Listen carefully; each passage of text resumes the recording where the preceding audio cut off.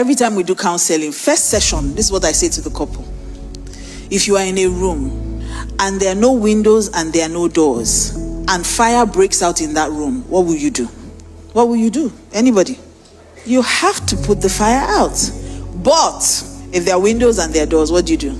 Everybody will find their way out. So what happens in marriage is that when you walk into marriage, if you leave the windows and doors open, you will use it. You have to seal every window. You have to tell yourself, now that we've gotten married, there's no way out. So divorce becomes a curse word. For you, it becomes till death do us part. And that's what covenant really is. Covenant is that two become one. That means you are no longer two people.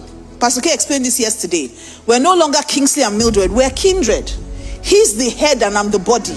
And for the marriage to end, it means we're separating head from body. And what's that? That's death. If you separate a head from a body, it's death. And that's what God was saying, that I hate divorce. I hate the dismembering of something so beautiful. So if you enter with the option of, if it doesn't work, I'm out, it will not work.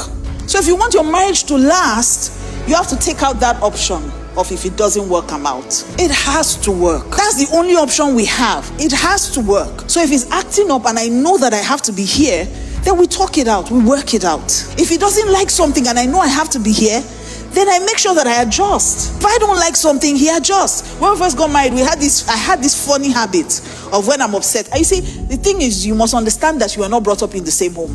Same parents didn't raise you. So we have to learn. And there are certain things you will have to unlearn. So when I got married, like I told you, I was very introverted. And as a child, if I didn't like something, I wouldn't say anything. I would just sulk. That's how I used to process pain. Things I didn't like. And then I ended up going to boarding school. Who are you talking to in boarding school? Nobody. So you just sulk and adjust and just stay on your own and somehow survive. And just pray for a few more days, visiting Sunday or something, or you go home. And so when I got married, my husband did, I can't remember, to be honest, I can't remember. First few months or first few weeks, he did something I didn't like.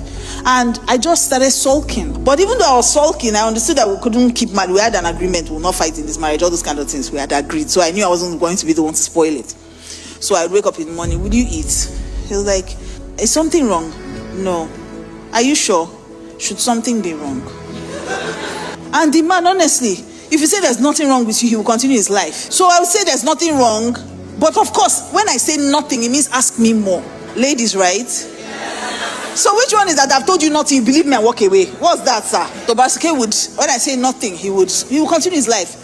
And then one of the things that helps me process pain is prayer. So when I'm upset, I pray more. You know, I'm always, I just go to God with my pain. So I'm upset, I'm in my room, I'm praying. And then I'm hearing him in the other room, praying very loudly, singing, off key though, but singing very loudly.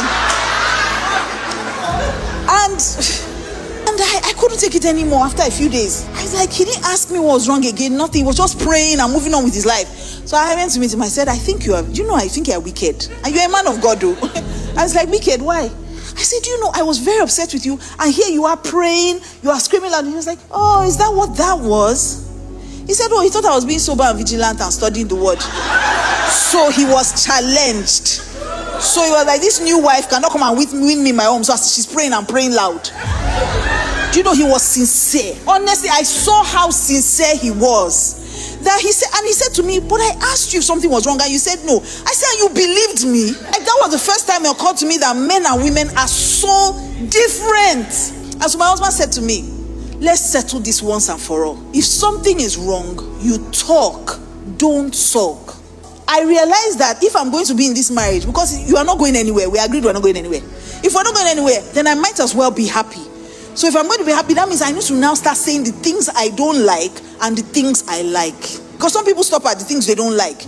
But if somebody does what you like, then say it too. That I like this thing that you did. Not only complain. So the first thing is, you must shut all windows and all doors.